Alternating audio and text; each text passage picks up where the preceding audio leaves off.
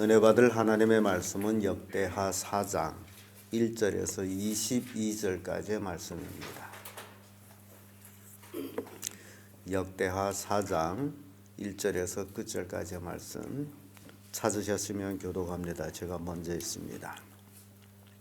솔로몬이 또 노수로 단을 만들었으니 장이 20규빗이요 광이 20규빗이요 고가 10규빗이며 바다를 만들었으니 지경이 10규빗이요 그 모양이 굵으며 그 검은 5규빗이요 주위는 30규빗을 이룰만 하며 그 가장자리 아래에는 돌아가면 소 형상이 있는데 매 규빗에 소가 10이 있어서 바다 주위에 둘렸으니 그 소는 바다를 부어 만들 때에 두 줄로 부어 만들었으며 그 바다를 열두서와 바쳤으니 셋은 국을 향하였고 셋은 선을 향하였고 셋은 남을 향하였고 셋은 동을 향하였으며 바다를 그 위에 놓았고 소의 귀는 다 그 앞으로 두었으며 바다의 두께는 한 손 넓이만큼하고 그 간은 백합화의 식양으로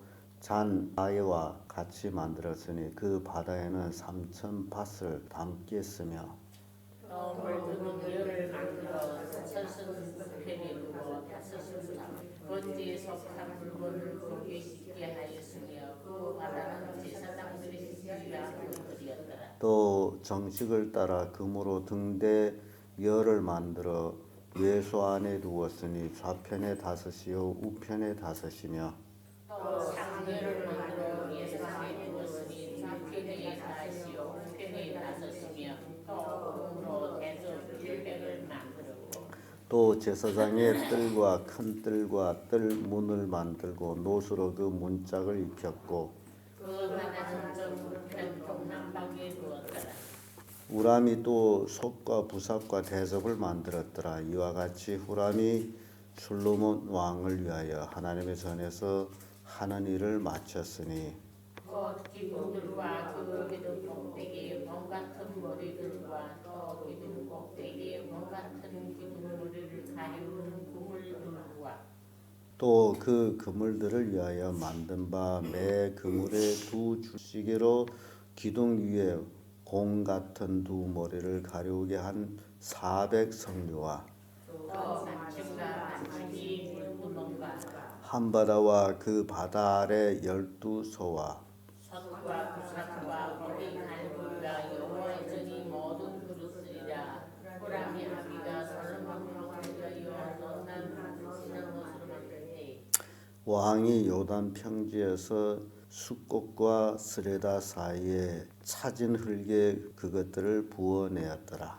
이와 같이 솔로몬이 이 모든 기구를 심히 만들었으므로 모든 옷을 등이 측량할 수 없었더라. 솔로몬이 또 하나님의 전에 모든 기구를 만들었으니 곧 금단과 진설상들과 대산에서 그대로 그릇을 적은 등대와 그 등잔이며 또 순정한 금으로 만든 꽃과 등잔과 화젓가락이며 또 정금으로 만든 불집게와 주발과 숟가락과 불 옮기는 그릇이며 또 전문꽃 지성소의 문과 미소의 문을 금으로 엮였더라. 아멘. 네, 이 말씀으로 성전 기구들 이런 제목으로 말씀을 나누겠습니다. 이 성전 기구들을 후람이란 장인의 손을 통해 가지고 엄청 많이 만들었는데 그 만든 숫자를 그 그늘을 어떻게 너무 많이 만들어 가지고 잴 수 없을 정도로 그렇게 많이 만드는 성전 기구들. 근데 이 성전 기구들을 우리가 분해하면요, 밖에서 쓰는 기구와 안에서 쓰는 기구. 그래서 성전 밖에서 쓰는 기구들은 노수로 하고 안에서 쓰는 기구들은 금으로 했다라는 것을 우리가 볼 수가 있습니다. 그래서 성전 바깥에 있는 놋제단을 먼저 만드는데요. 장이 20규빗, 광이 20규빗, 고가 10규빗이다. 놋제단이 엄청 큰 제단으로 이제 바뀝니다. 모세가 제단을 만들 때는 장, 광, 5규빗이, 높이 3규빗이었습니다. 아주 작은 제단이었는데 이렇게 20규빗 하게 되면 한 규빗 50으로 해도 20규빗 하게 되면 얼마 되죠? 그러면 우리 쉽게 얘기하면 놋제단이 이 안보다 더 크다는 거예요. 엄청 놋제단을 크게 만들었어요. 그만큼 하나님께서 이스라엘 백성을 부흥케 했고 재물도 많아졌다. 그런 의미를 담겨져 있지만은 또 영적인 의미에서는 예수 그리스도의 속죄, 그것은 엄청 큰 제사다라는 것을 보여주기도 합니다. 그리고 솔로몬이 놋바다를 만들었다라고 말하죠. 놋바다, 물두멍을 얘기합니다. 그런데 성막 시대에는 물두멍에 수치가 없었습니다. 그런데 여기서 이제 나오는데 직경이 20규빗. 그러면 이 물두멍은 둥그렇게 만들었는데 직경이 20규빗이면 그 얼마나 크겠냐. 직경이 10m라고 생각해보세요. 놋대야 직경이 10m. 그러면 엄청 크죠. 그리고 고가 5규빗. 그래서 거기에 물을 3,000핫을 담는다. 또 열왕기에서는 2,000핫. 그렇게 엄청 많은 물을 담습니다. 이것은 제사장들이 씻기 위한 것인데요. 성막을 우리가 배울 때는 반드시 물두멍을 통과해야 성막에 들어가게 되어 있다. 그 씻음을 얘기하죠. 그래서 예수 그리스도의 보혈의 씻음은 엄청 크다라는 것을 보여주고 있어요. 그래서 말 그대로 놋바다라고 말할 정도로, 그리고 그 놋바다 밑에 또 소들을 부어서 만들어 가지고 동서남북으로 각기 3마리씩 이렇게 물두멍을 만들었어요. 놋제단도 고가 10규빗이면 굉장히 높아요. 그래서 어디서든지 볼 수 있도록, 자신의 속죄가 이루어지는 것을 볼 수 있도록, 오늘날에 이르러서는 예수 그리스도의 십자가 속죄는 세계적으로 이제 전파되어 있습니다. 누구든지 원하기만 하게 되면 예수 그리스도의 복음을 접할 수 있는, 그렇게 됐습니다. 그뿐 아니라 또 작은 물두멍도 12개를 만들었어요. 그리고 뜰문을 만들죠. 뜰문을 만들 가지고 이 모든 것들이 놋으로 이제 만들어졌다는 겁니다.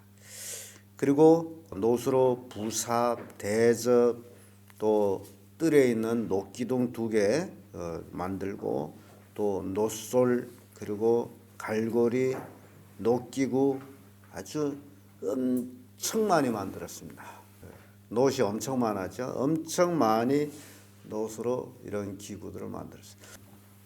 그때 당시만 해도 놋그릇 하게 되면 굉장히 귀한 그릇이었죠. 요즘 뭐 놋그릇 안 씁니다만은, 이렇게 성전 밖에 있는 모든 기구들은 놋으로 만들었습니다.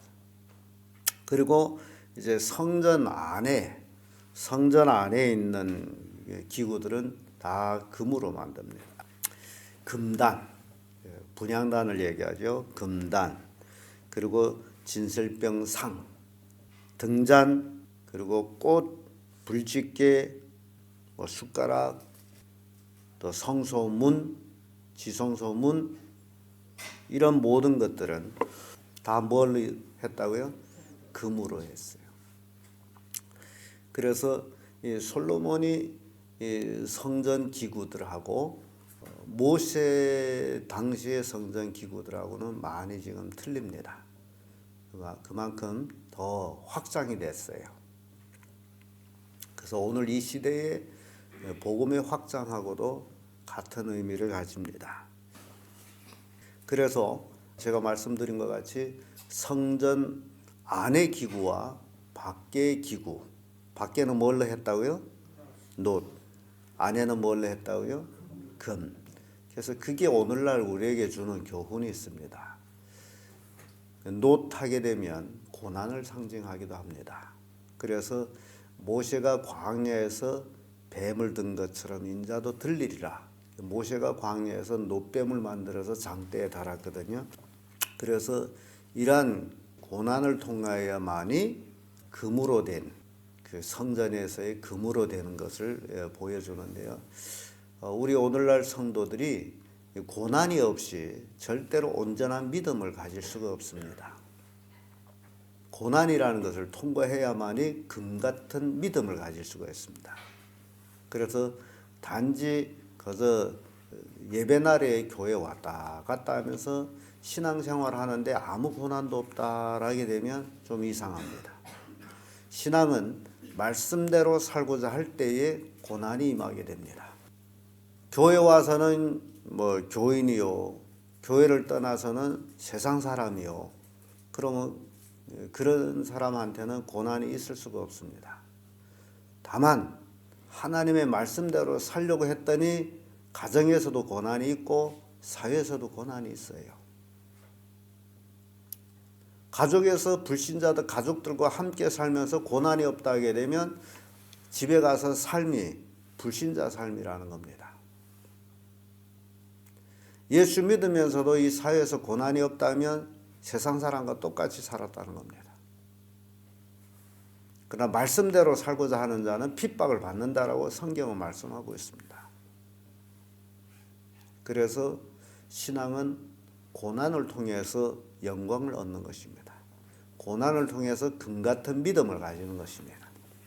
그것이 성전 밖에 있는 기구들과 안에 있는 기구들을 통해 가지고 우리에게 보여주는 겁니다. 앞으로 우리가 하늘나라 가려면 얼마나 많은 고난을 더 견뎌야 되는지 그것은 아무도 모릅니다. 다만 믿음의 사람은 그 고난을 이길 수가 있습니다. 하나님께서 넉넉히 이길 힘을 주기 때문입니다. 믿음이 없는 사람은 그 고난 앞에서 쓰러집니다. 쓰러지기 때문에 고난을 안 받습니다. 이게 우리에게 주는 교훈이에요. 그래서 계시록에 가서는 광풍이 몰아치면 성과 실이 떨어진다라고 말씀하시죠. 광풍을 맞는 과일, 고난을 안 받는 과일들은 떨어지는 과일들이요, 붙어있는 과일들은 고난을 받는 과일들이다. 그래서 성과실들이 떨어집니다. 오늘날 여러분들이 이렇게 신앙생활하기 좋은 이 시기에 말씀으로 무장을 잘 하지 아니하면, 여러분들이 마음속에 하나님을 믿을 만한 말씀이 충분하지 아니하면 언젠가는 고난이 닥치게 되면 믿음을 포기하게 됩니다. 그 고난은 사느냐 죽느냐, 흥하냐 망하느냐, 그런 관건적인 것일 수도 있습니다. 그러면 믿음을 포기하면 아이고 죽인다면 믿지 말아야지요, 그럽니다. 그래서 이렇게 핍박이 없을 때는 믿음이 좋은지 나쁜지를 구분을 못합니다. 그러나 핍박이 있게 되면 그 사람이 믿음의 진가를 볼 수가 있다라는 겁니다. 여러분들은 어떠한 신앙을 가지고 있는지 그걸 가족에서 한번 여러분 테스트 해봐야 됩니다. 내가 정말 가족에서 믿음으로 살고자 하고 있느냐, 가족 식구들이 때문에 그래서 그렇게 지내고 있는가, 여러분 한번 믿음으로 살려고 해보세요. 하나님 말씀대로 살려고 해보세요. 가족에서 어떤 일들이 일어나느냐, 그와 똑같이 사회에서도 믿음으로 살려고 하게 되면 그런 어려움을, 고난을 받게 돼 있다라는 겁니다. 그걸 통과하지 않으면 절대로 믿는 자라고 말할 수가 없다라는 거예요. 겉으로 믿는 척 할 수는 있습니다. 그래서 오늘 성전 기구들을 통해 가지고 이러한 깊은 교리를 우리에게 깨우쳐 주고 있습니다. 예수 그리스도의 속죄, 솔로몬 시대의 번제단과 물두멍이 엄청 커진 것, 앞으로 이제 신약 시대에 와서 예수 그리스도의 속죄가 엄청 크다라는 것을 보여주고 있습니다. 이 세상 모든 사람을 용서할 수 있는, 속죄할 수 있는 그런 번제단. 그래서 누구든지 예수 그리스도를 믿으면 구원을 받는다. 그걸 보여주고 있습니다. 그래서 오늘 여러분들이 이 성전기구를 통해 가지고 바로 나도 고난이라는 것을 통과해야만이 금 같은 믿음의 소유자가 된다라는 것을 깨우침을 받고 가족에서나 또 이웃에나 말씀대로 살아서 그 고난을 이겨나가는 그런 성도를 되기를 예수님 이름으로 축복합니다.